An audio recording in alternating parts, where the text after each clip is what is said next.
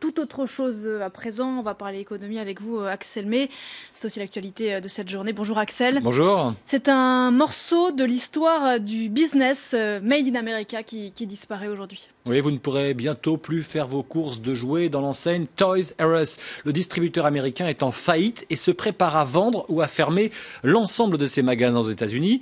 En Grande-Bretagne, c'est déjà acté. Les 75 magasins Toys R Us fermeront leurs portes d'ici 1 mois et demi. En France, cela pourrait suivre. La mort annoncée de Toys R Us illustre les difficultés du secteur du jouet qui n'a sans doute pas su se réinventer face aux évolutions, voire aux révolutions de la société de consommation. Antoine Fenot.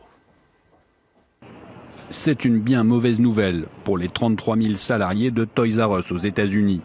L'enseigne de grands magasins de jouets va être placée en liquidation judiciaire et fermer tous ses magasins aux États-Unis. Au total, 881 points de vente sont concernés. Le groupe, qui avait misé sur de grands supermarchés du jouet dans les années 90, a subi de plein fouet la concurrence du e-commerce. Moins cher et plus flexible, le jouet en ligne a bouleversé le secteur et mis beaucoup d'enseignes en difficulté. En France, c'est le cas de la Grande Récré. Ludendo, propriétaire de la chaîne de magasins, deuxième distributeur de jouets en France, a été placé en redressement judiciaire. En cause, là aussi, des résultats très décevants, en particulier lors de la période des fêtes. Le groupe espère l'arrivée d'un nouvel actionnaire pour se relancer. Acteur important du marché du jouet en Europe, le groupe y compte 400 magasins. En France, y aura-t-il bientôt des trains à grande vitesse étrangers qui circuleront sur les rails ?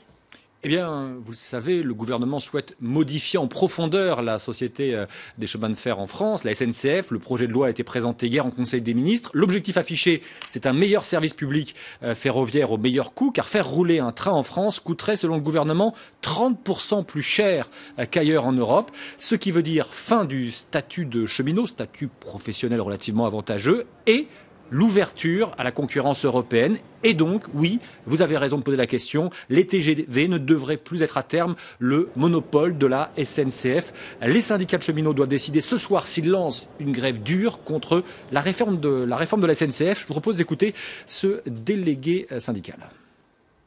C'est clair qu'à un moment donné, si l'attaque elle est importante, mais la défense elle doit être à la hauteur de l'attaque. Mieux vaut 3 semaines de grève que 30 ans de privatisation. C'est tout ce qu'on dit. Un mot des marchés financiers. Eh bien, on va découvrir ensemble l'ouverture des bourses européennes qui était annoncée plutôt dans le positif. Eh bien, c'est confirmé. Le CAC 40, par exemple, gagne 0,30%. En Asie, clôture plutôt assez moyenne, vous allez le voir aussi, avec par exemple le Shanghai Composite qui gagne simplement 0,01%.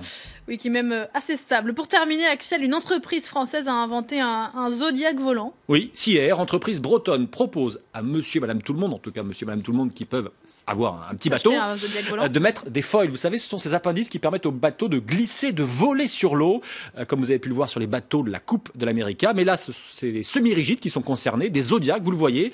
La présentation a eu lieu hier sur la Seine, à Paris, à partir de 15 nœuds, donc c'est une vitesse assez raisonnable. Le Zodiac se soulève au-dessus de l'eau, 15 cm à peu près au-dessus de l'eau.